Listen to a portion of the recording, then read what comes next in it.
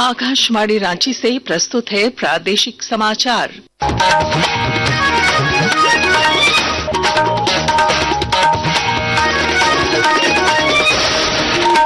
नमस्कार, प्रादेशिक समाचारों के साथ मैं पूनम किरकेट्टा। रांची सैन्य स्टेशन में आयोजित पूर्वी कमान अलंकरण समारोह में भारतीय सेना के अधिकारियों और सैनिकों को वीरतापूर्ण कार्यों और राष्ट्र के प्रति विशिष्ट सेवा के लिए वीरता और विशिष्ट सेवा पुरस्कारों से सम्मानित किया गया।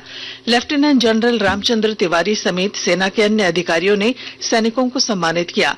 लेफ्टिनेंट जनरल तिवारी ने उत्कृष्ट पेशेवर क्षमता और अभूतपूर्व उपलब्धियों के लिए विभिन्न सैन्य इकाइयों को जीओसी इनसी यूनिट प्रशंसा से भी सम्मानित किया।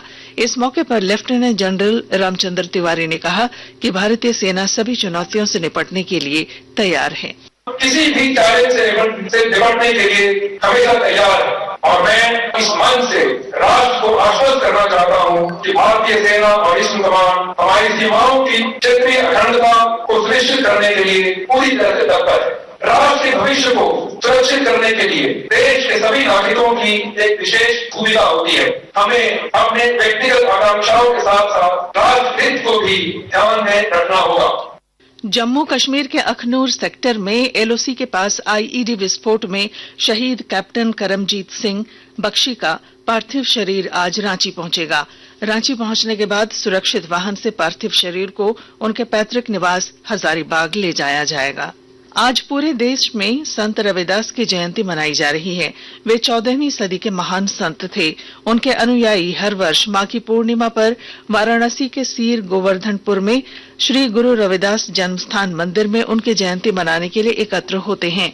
प्रधानमंत्री नरेंद्र मोदी ने उन्हें श्रद्धांजलि देते हुए कहा कि उन्होंने समाज की आजादी का महत्व बताया था। रविदास जी उस भक्ति आंदोलन के महान संत थे जिसने कमजोर और विभाजित हो चुके भारत को नई ऊर्जा दी। रविदास जी ने समाज को आजादी का महत्व भी बताया था और सामाजिक विभाजन को भी पाटने का काम रविदास जी ने समता और समरसता की शिक्षा भी दी। मैं देश और दुनिया भर के सभी श्रद्धालुओं को संत रविदास जी की जन्म जयंती और माघी पूर्णिमा के हार्दिक बधाई। जय गुरु रविदास। इधर झारखंड में भी संत रविदास जयंती पर कई कार्यक्रमों का आयोजन किया जा रहा है। राज्यपाल संतोष कुमार गंगवार और मुख्यमंत्री हेमंत सोरेन के अलावा कई मंत्रियों, विधायकों और नेताओं ने उनके प्रति श्रद्धांजलि अर्पित की। राज्यपाल ने अपने सोशल मीडिया पोस्ट में कहा है कि उनका जीवन सत्य, शिक्षा और सामाजिक सुधार के प्रति समर्पित रहा।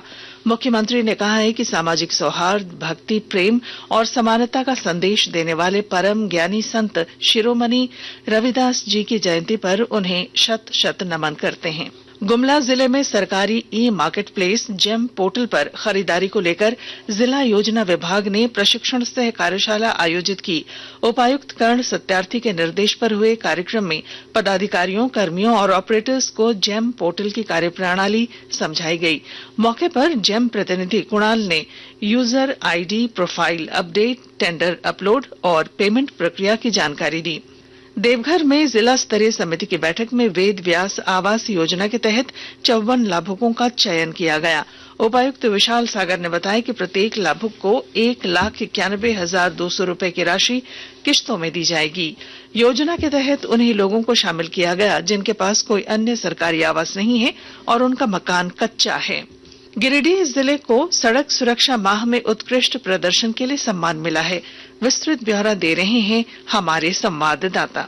सड़क सुरक्षा माह के दौरान उत्कृष्ट कार्य करने के लिए गिरिडीह जिला को पूरे राज्य में विभिन्न श्रेणियों में 4-4 पदक मिला है। राज्य स्तर पर जिला परिवहन पदाधिकारी शैलेश कुमार प्रियदर्शी तथा सड़क सुरक्षा प्रबंधक मोहम्मद वाजिद हसन को यह पुरस्कार देकर सम्मानित किया गया।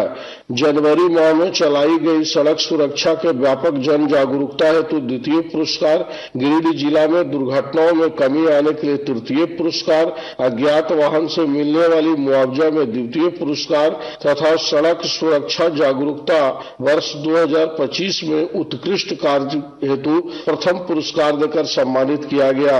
रमेश प्रभाकर, आकाशवाणी समाचार, गिरिडीह। गढ़वा जिले में साप्ताहिक कॉफी विद एसडीएम कार्यक्रम के तहत अनुमंडल पदाधिकारी संजय कुमार ने किन्नर समाज के लोगों से मुलाकात कर उनकी समस्याएं सुनी। एसडीएम ने सरकार के नियमों के तहत उनकी समस्याओं के समाधान का भरोसा दिलाया। और इसके साथ ही आकाशवाणी रांची से प्रादेशिक समाचार का ये बुलेटिन समाप्त हुआ। अगला प्रादेशिक मुख्य समाचार शाम 4 बजे प्रसारित किया जाएगा। नमस्कार।